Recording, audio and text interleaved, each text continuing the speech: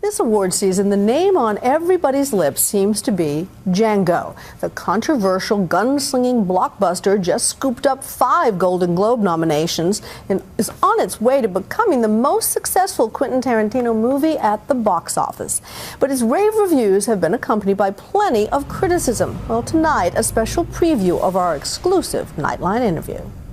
It is one of the best reviewed but most controversial movies of the year. Quentin Tarantino's Django Unchained. What's your name? Django. D is silent. I sat down with Tarantino and 2 of the film's stars, Leonardo DiCaprio and Jamie Foxx, for their only joint interview about this movie, which defies classification. An epic, revenge fantasy. I like the way you die, boy. Romantic Western. It's also surprisingly funny, a shock given the topic, slavery. Anyone bring any extra bags? No, nobody brought an extra bag. I'm just asking. One critic said recently, there is something for everyone to hate in this film. There's something to make everybody mad. Mm-hmm. I don't think that you do a film like this with Quentin Tarantino and not expect that. I think that's what you sign up for. A black person I was talking to says, will the N-word bother me? I said, it's supposed to. What's your name? Django. Then you're exactly the one I'm looking for. Fox plays a freed slave on a blood-soaked mission to free his wife, played by Kerry Washington. In Tarantino's hands, the material is explosive, loaded with violence, and more than 100 uses of the N-word.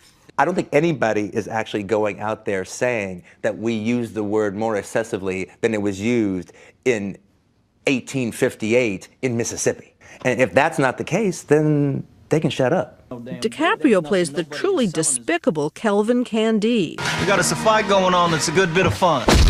Plantation owner and all-round bad guy who uses the N-word repeatedly. I gotta say, the first day on set was incredibly difficult for me when Jamie was there. I'll speak on that. Okay, go ahead. Well, let him speak on it first. I have to tell it because I watched it.